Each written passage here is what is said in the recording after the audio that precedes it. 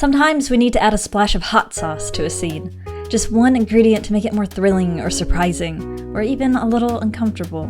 If a scene feels bland, you can add conflict to capture your reader's attention. Conflict takes many forms, but it can be defined as anything that gets in the way of a character's happiness, or prevents them from achieving their goals.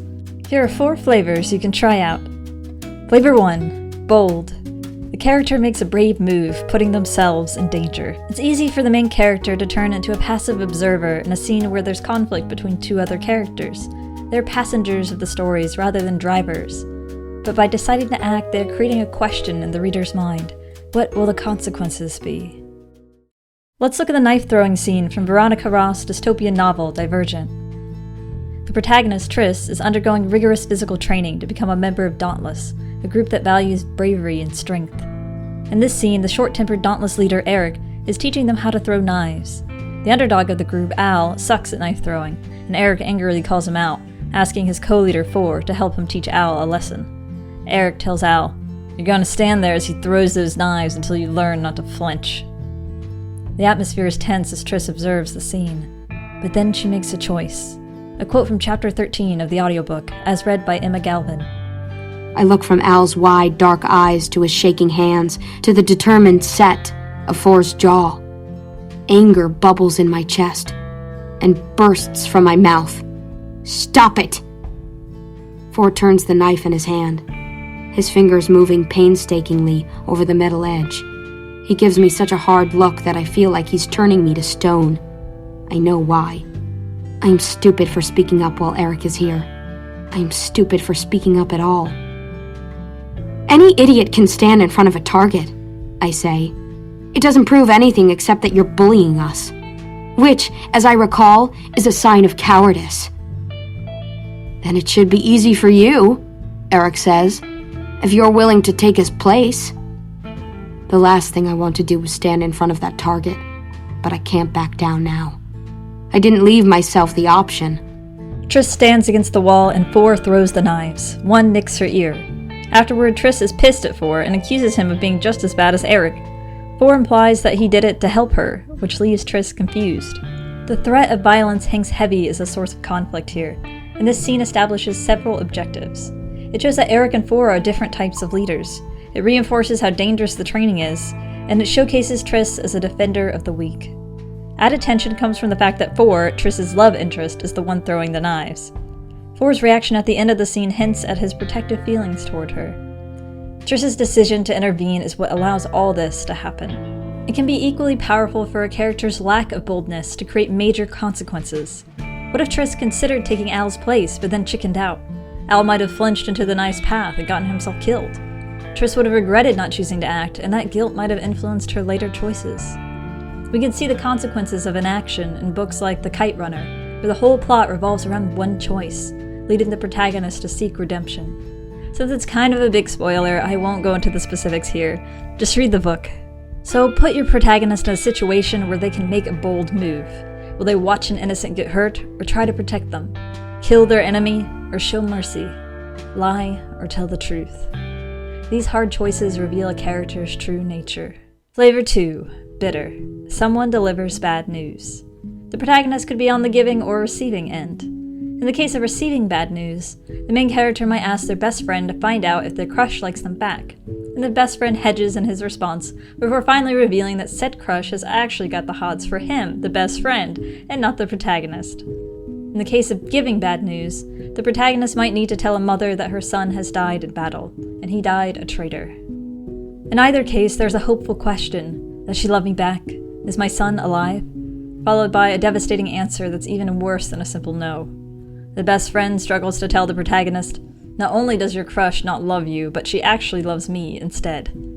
The protagonist has to tell that mother, not only is your son dead, but he was also a traitor.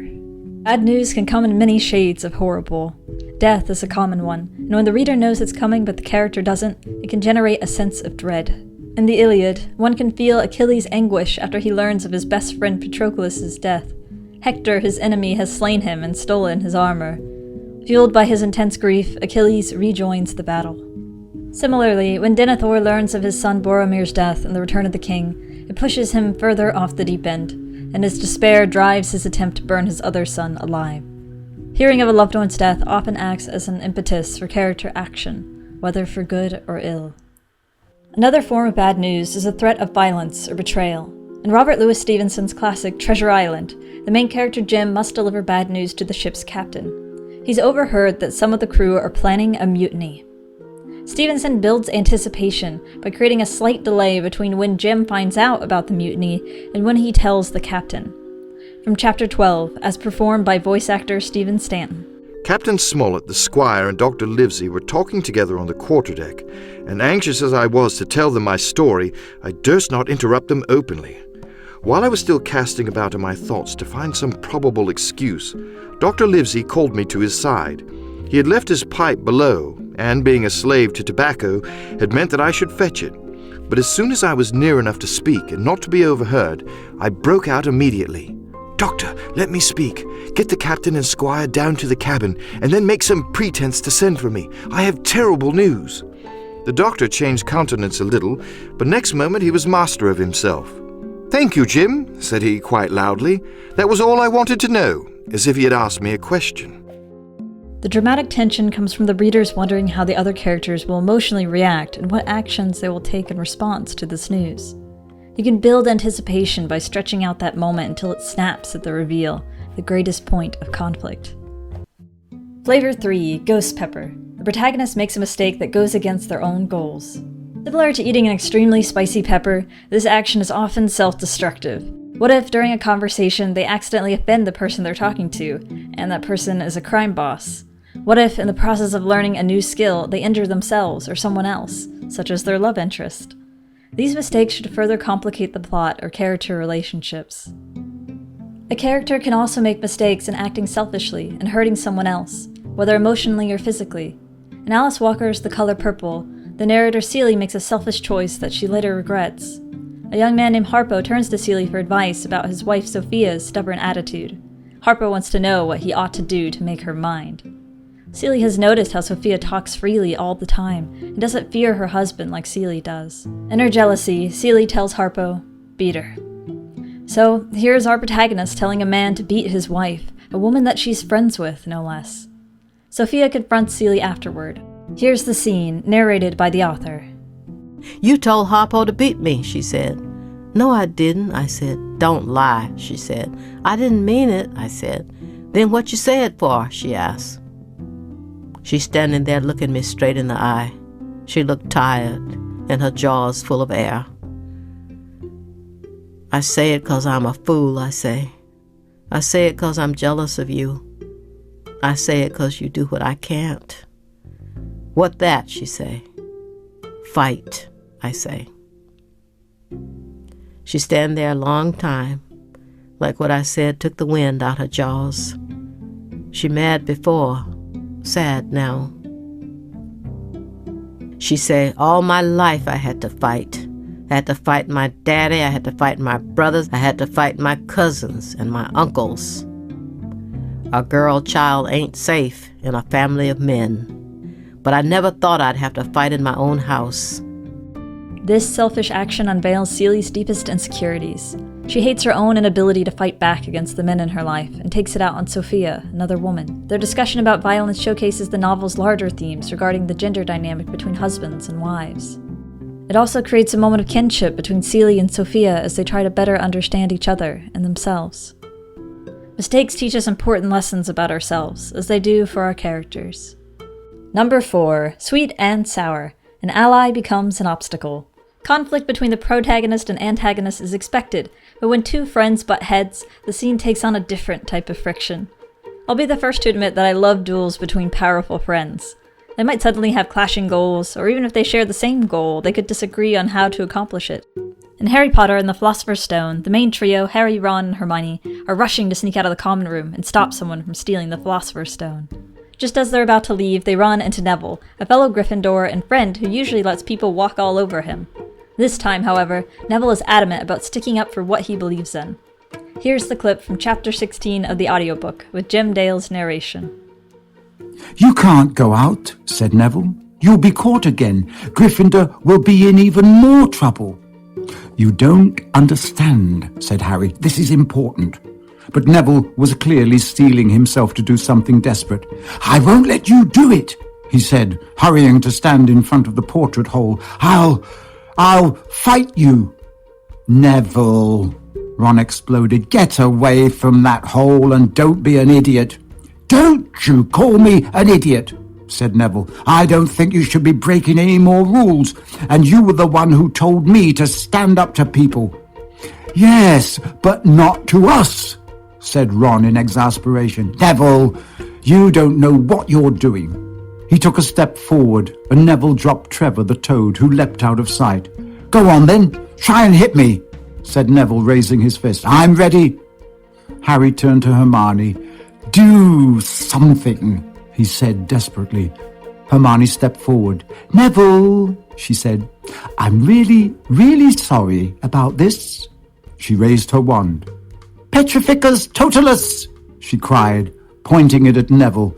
Neville's arms snapped to his sides. His legs sprang together, his whole body rigid. He swayed where he stood and then fell flat on his face, stiff as a board. Hermione ran to turn him over.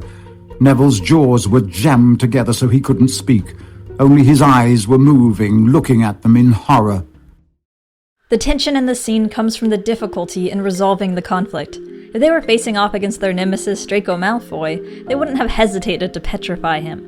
But because their opponent is an ally, the choice is much harder, and it also makes the outcome less predictable. To achieve their goal of sneaking out, the characters are forced to bend their own moral code and hurt a friend. If you have a scene where multiple characters are deciding what to do next, try adding disagreement. Who is the person the protagonist would least expect to create an obstacle? Make them the obstacle. There's a caveat here, though. The action has to make sense for that particular character. You don't want characters disagreeing just for the sake of conflict. In the Harry Potter scene, Neville is following up on the advice Ron gave him about standing up for himself, and Gryffindor is at risk of losing the House Cup if they get into more trouble. He has clear motivations that fit his character. This scene also influences the plot later on, as it's Neville's bravery in standing up against his friends that causes Gryffindor to earn the extra points they need to win the House Cup at the end of the novel. Stepping back, we can see that all these examples share certain features. Namely, they involve the protagonist doing or saying things that cause confrontation with other characters. Active choices, bad news, mistakes, and tension between allies often manifest as huge turning points or plot twists. But you can add smaller moments of conflict like this to keep readers absorbed in the story on a scene-to-scene basis. These aren't necessarily meant to be used in every story, just like you wouldn't use every flavor in every dish. As a writing exercise, identify a blah scene that you've already written or are struggling to write, and then determine what you want the reader to take away from that scene. Do you want to showcase the protagonist's strengths or their flaws? Is there any underlying tension between two characters that could somehow be brought into the open? What does the character dread, and how can you make that happen? Choose your source of conflict based on the answer to those questions. In the comments, I'd love to hear about those moments of delicious conflict you've enjoyed cooking up in your work in progress. Whatever you do, keep writing.